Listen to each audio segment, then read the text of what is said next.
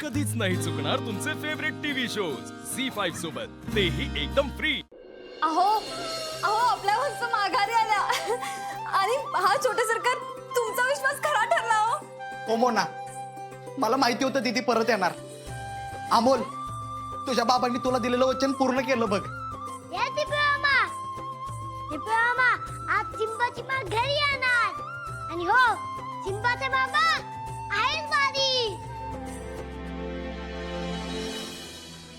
बापू, अहो तुम्ही स्वतःला सावरा बघू। हा कसं सावरू सांगा ना। अहो, थोरल्या लेकराला या हाताने अग्नी दिला होता मी।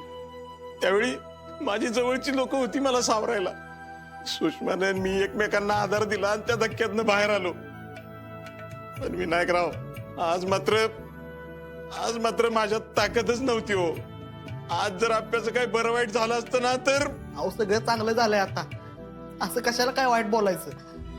बापू अहो अगदी खरं आहे, आपल्या वंश मरणाच्या दारातून माघारी आलेत आणि छोटे सरकारांकडे बघा ना, ते किती आनंदी आहेत।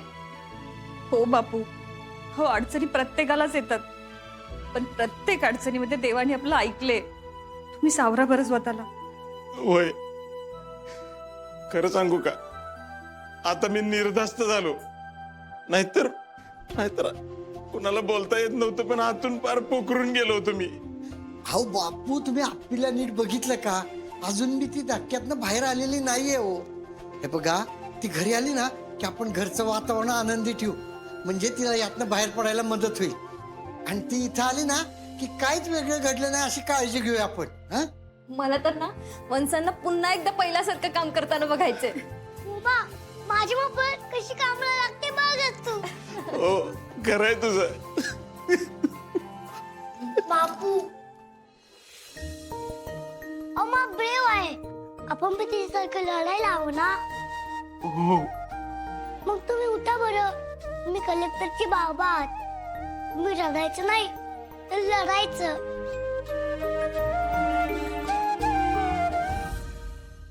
अरे फैजू, या कामासाठी तुला पाहिजे ती मी तुला द्यायला तयार आहे। या कलेक्टरला आपल्या तावडीत बघून मला किती आनंद झालाय काय सांगू। जीजी, तुम्ही फक्त आदेश द्यायचा आणि आम्ही तो पूर्ण करणार म्हणजे करणारच। अरे पण फैजू, ही कलेक्टर बाईला तू आणलं कुठं सापडली? अहो ह्यांच्यापर्यंत पोचाय काय लागते तेव्हा? तो इन्स्पेक्टर तसं पण हिला शोधत होताच। म्हातारी बसली बघ, तिला फोटो दाखवून विचार आपल्याला कुठं बघितले का।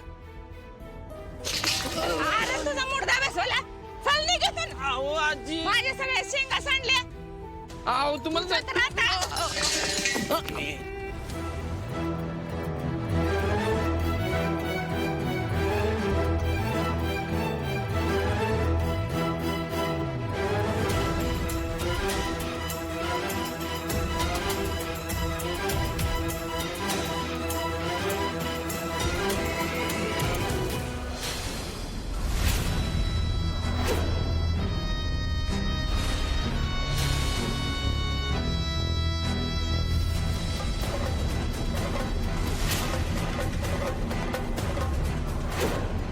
काय रे, कोण आहे तू?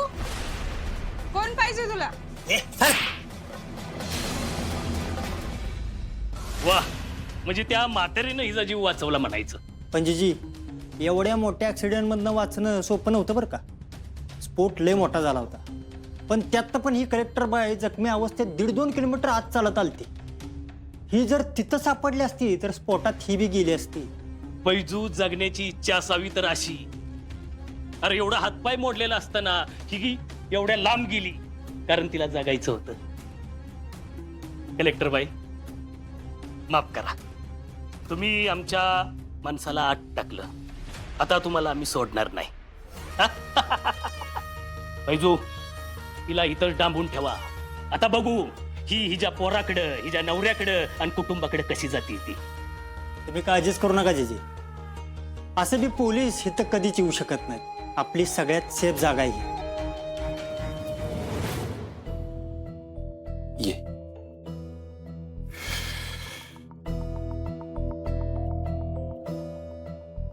दीपा, बस। इथं नाही येणार कोण। नाही, ही केबिन आहे माझं। साहेब ऐका ना, माईकच्या माझ्याकडे नाही काम नाही होणार. साहेब अहो लय डेंजर आहे, लय बेकार अडकन मी याच्यात. साहेब ऐका ना, तुम्हाला माहितीये ना माझे एवढं गाड्या वडापाव तळते मी एकदम मामूली इन्सर, एकदम मामूली इन्सर. माझ्या हे करून घेऊ नका, मला काही नका सांगू, मला इकडे जाऊ द्या. पाच मला जाऊ दे. दीपा अगं हळू हळू हळू हळू एक केबिन आहे माझं, इकडे कोण पण येऊ शकतं. तू शांत हो की जरा. मी शांत राहते, मला भीती वाटू राहील, त्याचं काय करू मी. साहेब ऐका ना, तुमची ती बायको आहे ना त्या मॅडम, त्या लय मोठ्या आहेत त्या. अहो त्या लयच मोठे आहेत. त्या गाडीतनं उतरल्या ना की अशी माणसं त्यांच्या मागं पुढे करतात, काय काय प्रश्न विचारतात. अगं बाय बाय, नाही साहेब माझ्याकडनं नाही जमणार. आणि तुम्ही एका दिवस माझ्यासोबत नसलं मग मी उत्तर काय देऊ. नाही नाही, मला जमायचंच नाही. तू ऐक, मला जाऊ द्या घरी माझं. दीपा ऐक जरा माझं. नाही साहेब तुम्ही ऐका माझं. तुम्हाला कळू राहिलं का मी काय बोलू राहिले ते. साहेब तुम्ही शांत डोक्याने ऐका. एका दिवस त्या लोकांनी मला प्रश्न विचारले आणि मला त्याचं उत्तर चालू नाही, आणि तुम्ही पण आजूबाजूला नसाल, आणि त्या लोकांना कळलं का मी खोटी आहे. मग मला जेलमध्ये टाकतील. माझी जेल नाही साहेब, नाही मला जाऊ द्या साहेब इथनं. असं काय होणार नाही, तू ऐकून घे की नाही माझं. साहेब तुम्ही ऐका. तुम्ही इथं बसा आणि शांत डोक्याने विचार करा. तुम्ही मला सांगा मी काय करू. नाही साहेब जाऊ दे मला, ऐका तुम्ही माझं. ऐकलं शांत डोक्याने. आता माझं एकदा ऐक. नाही प्लीज माझं एकदा ऐक. प्लीज ऐक माझं.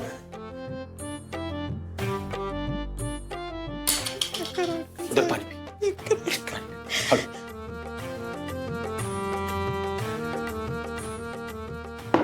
अजून दीपा, नाही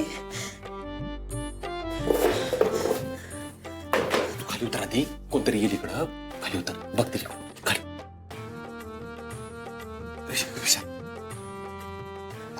ऐक ना, ऐक ना, नीट उभी राहा, नीट उभी राहा.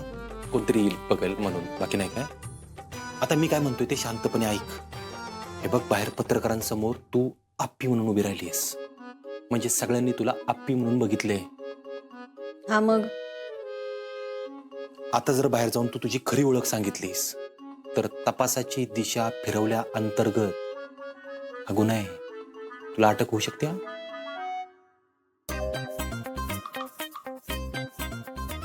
अटक मला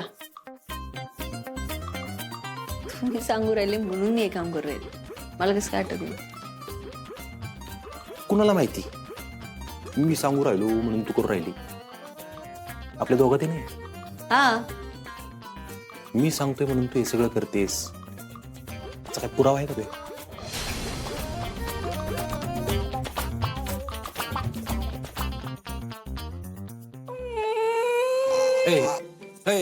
दीपा दीपा समजून घे तू. आप्पी ही पुणे जिल्ह्याची कलेक्टर आहे, लय मोठी पोस्ट आहे. तिचा ऍक्सिडेंट म्हणजे काही साधी गोष्ट नाही. तू जर आता बाहेर जाऊन सांगितलंस ना की मी आप्पी नाही, मी नाटक करते, मी खोटी आहे, लोक काय म्हणतील माहिती का तुला. तर लोक तुला असं म्हणतील की आप्पीचा ऍक्सिडेंट तूच घडवून आणलायस, तुला कलेक्टर व्हायचं होतं म्हणून. लागली.